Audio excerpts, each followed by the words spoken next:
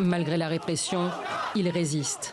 3 doigts levés, leur signe de ralliement, des militants pro-démocratie défilent dans les rues de Rangoon. Une nouvelle manifestation anti-junte à quelques heures de l'ouverture du procès d'Aung San Suu Kyi, assignée à résidence depuis le putsch militaire du 1er février. L'ex-chef de facto du gouvernement est accusé d'importation illégale de talkie-walkie, de non-respect des restrictions liées au coronavirus et de violation d'une loi sur les télécommunications. Ce qui est sûr, c'est que ces chefs d'accusation paraissent relativement fantaisistes et donc ils surprennent parce que ce n'est pas pour de tels chefs d'accusation qu'on arrête une carrière politique. La lauréate du prix Nobel de la paix comparaîtra aussi mardi auprès de l'ex-président de la République pour sédition cette fois.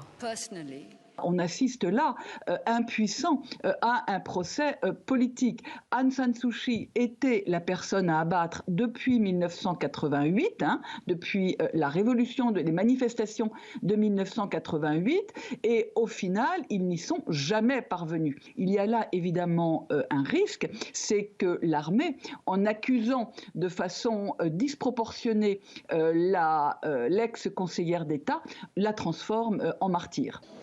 La dirigeante déchue est également inculpée pour violation d'une loi sur les secrets d'État et depuis la semaine dernière pour corruption. Elle aurait, selon l'armée, perçu plus d'1 million de dollars et une dizaine de kilos d'or de pots de vin. Pour ces charges les plus lourdes, aucune date de procès n'a pour l'instant été fixée. La privation de liberté, Aung San Suu Kyi connaît bien. Elle a déjà passé 15 ans en résidence surveillée sous les précédentes dictatures militaires.